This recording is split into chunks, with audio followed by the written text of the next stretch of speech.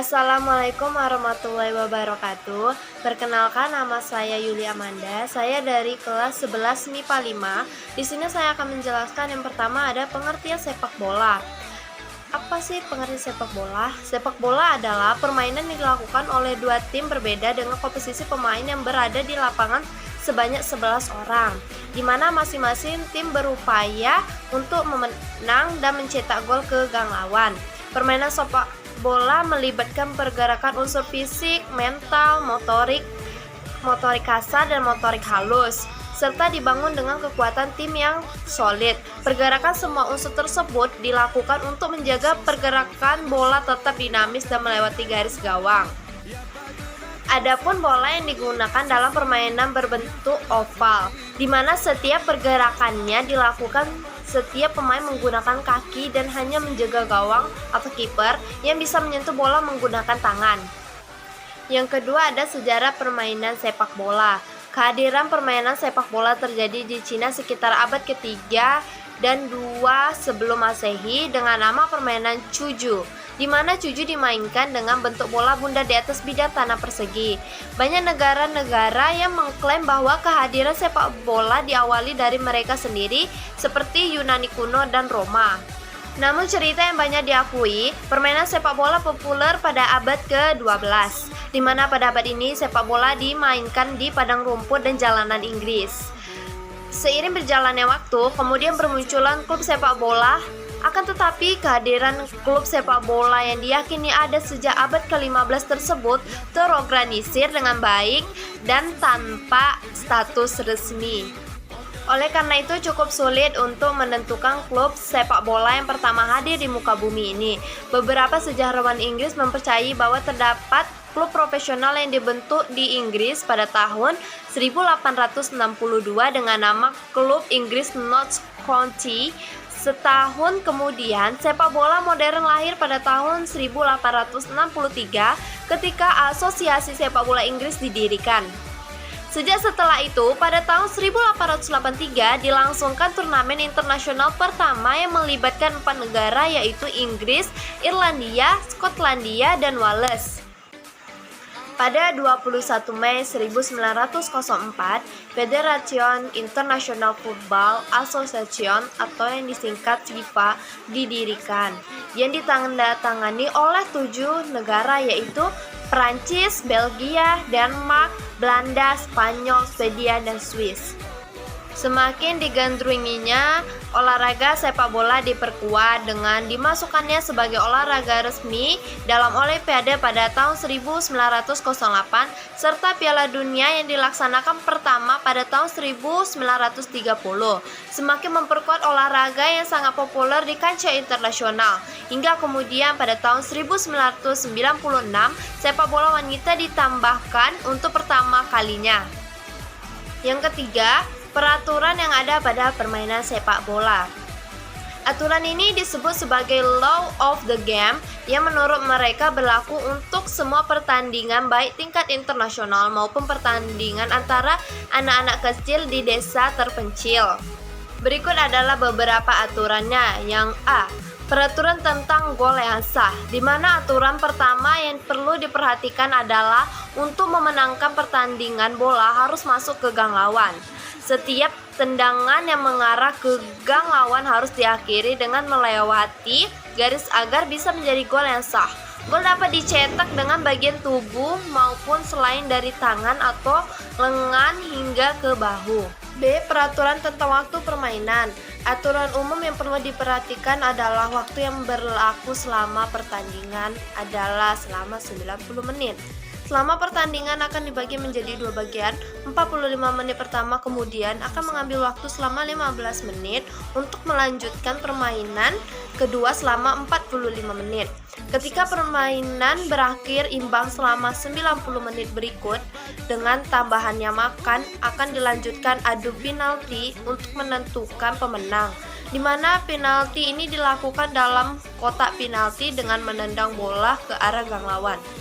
C. Peraturan tentang jumlah pemain. Aturan selanjutnya adalah jumlah pemain dalam setiap tim sebanyak 11 orang. Terdiri 10 pemain lapangan dan 1 penjaga gawang. Setiap tim dapat menyediakan hingga 7 pemain pengganti. Pergantian pemain dapat dilakukan kapan saja dalam pertandingan, dengan masing-masing tim dapat melakukan maksimal 3 pergantian pemain per sisi. Selain itu, para pemain harus memakai equipment atau peralatan seperti mengenakan sepatu bola, bantal tulang kering, dan jersey yang serasi. Selain itu, penjaga gawang juga akan mengenakan sarung tangan empuk. Dari setiap tim akan ditunjuk satu kapten, di mana kapten yang nantinya akan memakai karet kapten. Bola yang digunakan dalam permainan juga telah diatur, di mana lingkaran harus memiliki ukuran lingkar 56 sampai 61 cm.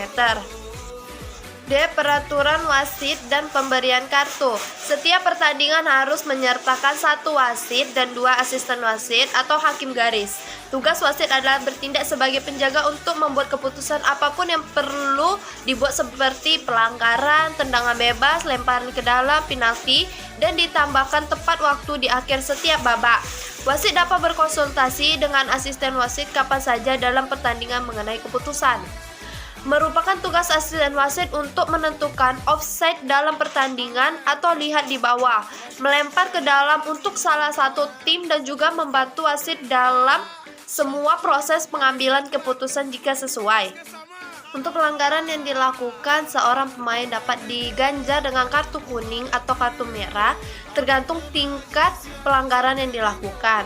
Keputusan ini biasanya dilakukan atas dasar kebijakan wasit. Kedua kartu tersebut memiliki arti yang berbeda, di mana kuning sebagai tanda peringatan, sedangkan kartu merah adalah hukuman untuk pemain yang melakukan pelanggaran berat, biasanya ditandai dengan keluarnya pemain dari lapangan hijau. Selain itu, 2 kartu kuning sama artinya dengan 1 kartu merah. Kerugian bagi tim ketika terdapat salah satu pemain yang diganjar kartu merah, pasalnya secara otomatis mereka akan kehilangan 1 pemain. 4. Manfaat bermain sepak bola. Permainan yang populer dan asik ini sifatnya kompetitif. Bahkan ada sebagian orang yang melakukan olahraga sepak bola ini hanya untuk mendapatkan kesenangan. Meskipun alasan hanya untuk kesenangan, ternyata kehadiran sepak bola memberikan manfaat positif bagi kesehatan. Berikut manfaat dari sepak bola. A. Menambahkan kebugaran dan stamina. B. Meningkatkan kerja tim dan sosial. C. Baik untuk kesehatan mental. D. Baik untuk kognisi. Dan yang terakhir, E. Membantu problem solving anak. Yang kelima, ukuran lapangan. Lapangan harus terbuat dari rumput buatan atau alami, di mana semua wilayah di dalam garis putih pada lapangan adalah arena pertandingan. Sebetulnya aturan lapangan sepak bola adalah dalam Law of the Game atau LOTG, lebih tepatnya di pasal 1, lapangan sepak bola berbentuk persegi dan memiliki 4 sisi, diantaranya sisi kanan dan sisi kiri yang disebut sebagai garis lapangan. Sedangkan sisi lain yaitu lebar lapangan disebut sebagai garis gawang. Ukuran lapangan diperbolehkan bervariasi. Aturan FIFA menerapkan standar lapangan sepak bola internasional adalah panjangnya 100 sampai 110 meter, sementara lebarnya 64 sampai 75 meter. Adapun lingkar tengah memiliki radius 9,15 meter, sedangkan ukuran kotak penalti adalah 40,3 kali 16,5 meter.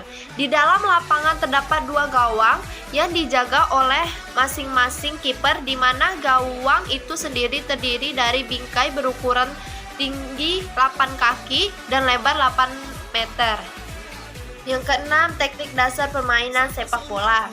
Teknik dalam sepak bola menjadi salah satu elemen yang paling jelas dan terlihat dalam permainan sepak bola. Kemampuan dalam teknik sepak bola akan berpengaruh besar terhadap kemenangan tim. Berikut adalah teknik-teknik sederhana yang perlu dikuasai sebelum melakukan permainan.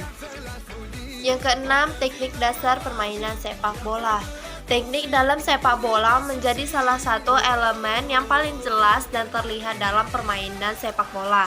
Kemampuan dalam teknik sepak bola akan berpengaruh besar terhadap kemenangan tim. Berikut adalah teknik-teknik sederhana yang perlu dikuasai sebelum melakukan permainan. A. Teknik dasar mengoper bola atau passing. Ketiga adalah keterampilan akurasi passing.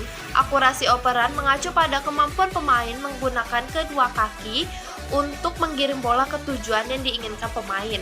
Hal ini bisa berarti mengirim bola langsung ke kaki rekan satu tim dengan kekuatan presisi, mengirimkan umpan terobosan lambung, atau mengumpan dan memainkan bola secara akurat di depan gawang. Ada beberapa teknik passing atau operan yang baik agar bola dapat terakurasi dan sampai di kaki teman tanpa direbut oleh tim lawan. Berikut beberapa teknik passing. Yang pertama, inside of the foot or push pass atau kaki bagian dalam. Yang kedua, outside of the foot atau kaki bagian luar. Yang ketiga, instep drive. Yang keempat, chip pass. Selanjutnya B, teknik dasar menghentikan bola atau menerima bola. Teknik dasar pemain sepak bola selanjutnya adalah menghentikan atau menerima bola. Teknik ini penting untuk dikuasai agar bola tidak mantul lagi dan direbut oleh lawan. Untuk itu perlu keahlian dalam menerima bola. Berikut adalah teknik-tekniknya. Yang pertama, menggunakan kaki bagian bawah atau telapak kaki. Yang kedua, menggunakan kaki bagian dalam. Dan yang ketiga, menahan bola dengan kaki bagian luar. Menggiring atau dribbling bola. Kedua adalah keterampilan menggiring bola, di mana keterampilan ini berkaitan dengan kontrol penuh terhadap bola. Dribbling, manuver, dan membawa bola dalam kecepatan tinggi adalah kunci sukses sebelum mencetak gol. Berikut adalah teknik-tekniknya. Yang pertama ada dribbling dengan menggunakan sisi kaki bagian dalam. Yang kedua, dribbling menggunakan sisi kaki bagian luar. Dan yang ketiga, dribbling menggunakan pura-pura kaki. Selanjutnya D, mengontrol bola. Pertama adalah mengontrol bola. Hal ini berkaitan dengan pengendalian bola yang berkaitan dengan penguasaan seluruh bagian tubuh terkecuali tangan dalam memainkan dan mengatur keberadaan bola agar tetap stabil di antara bagian tubuh. Dengan kontrol bola yang baik, seseorang dapat menerima operan dan melakukan operan baik lambung maupun datar. Selain itu, kontrol bola adalah kemampuan mempertahankan penguasaan bola dan melindungi dari lawan. Dan yang terakhir, kontrol tubuh. Keempat, yang tidak kalah penting adalah kontrol tubuh, di mana kemampuan pemainnya menggerakkan tubuhnya dengan lancar saat pertandingan, juga mengoptimalkan keseimbangan. Mengontrol tubuh saat pertandingan berkaitan dengan langkah yang tepat, lari yang seimbang, dan keseimbangan gravitasi ketika melakukan lompatan. Yang terakhir mengenai sepak bola, yang ketujuh, tokoh terkenal. Sepanjang sejarah permainan sepak bola telah banyak melahirkan tokoh-tokoh berjasa untuk klub dan negaranya. Keberadaan tokoh-tokoh sepak bola ini tidak lain adalah berkat kegigihan selama menjadi atlet, tertib dalam latihan, dan menjunjung tinggi sportivitas. Pada Maret 2020, majalah France Football merilis sebanyak 50 nama tokoh berpengaruh dalam sepak bola. 4 diantaranya adalah Kylian Mbappe dari Paris Saint-Germain, Neymar dari Paris Saint-Germain, Lionel Messi dari Barcelona, juga Cristiano Ronaldo dari Juventus. Cristiano Ronaldo sebagai tokoh dan pemain sepak bola akan menjadi legendaris di masa yang akan datang. Ia telah menginspirasi banyak orang dengan segudang prestasi dan kekayaan yang dimiliki dari hasil pertandingan demi pertandingan menakjubkan yang ia mainkan. Maka tidak salah Ronaldo adalah tokoh ternama dan berpengaruh yang akan terukir sejarahnya di kemudian hari. Itu saja yang dapat saya sampaikan mengenai sepak bola. Kurang dan lebihnya mohon dimaafkan. Wassalamualaikum warahmatullahi wabarakatuh.